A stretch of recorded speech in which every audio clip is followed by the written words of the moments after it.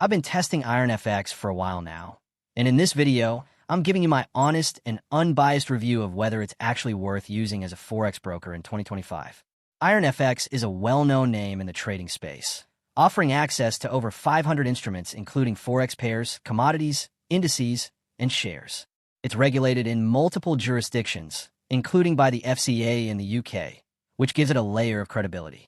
The platform offers flexible account types, standard, premium, and VIP, and supports high leverage up to 1:1000 for certain regions.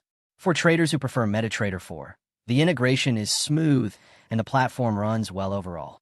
Beginners will also appreciate the solid range of educational resources available right within the dashboard. But here's the part where things get tricky. Over the years, IronFX has developed a mixed reputation in the trading community. Some users have reported issues with withdrawals, either long delays or denied requests, particularly after large profit gains.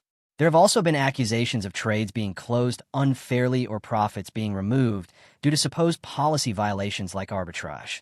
And while the spreads can be competitive, some of the account types come with steep commission fees that can reach up to $18 per lot, which eats into profits pretty fast if you're trading actively. These concerns, especially around transparency and support, are something you'll want to seriously consider before signing up. So overall, IronFX is a feature-rich broker that offers everything from high leverage to multi-asset access, and it may suit intermediate to advanced traders who know how to manage risk and read the fine print. But if you're a beginner or someone looking for a straightforward, frictionless trading experience, it might be worth exploring other brokers with cleaner reputations. I hope this review helped you make a better decision. If it did, support the channel with a super thanks, and don't forget to subscribe for more honest reviews. See you in next one.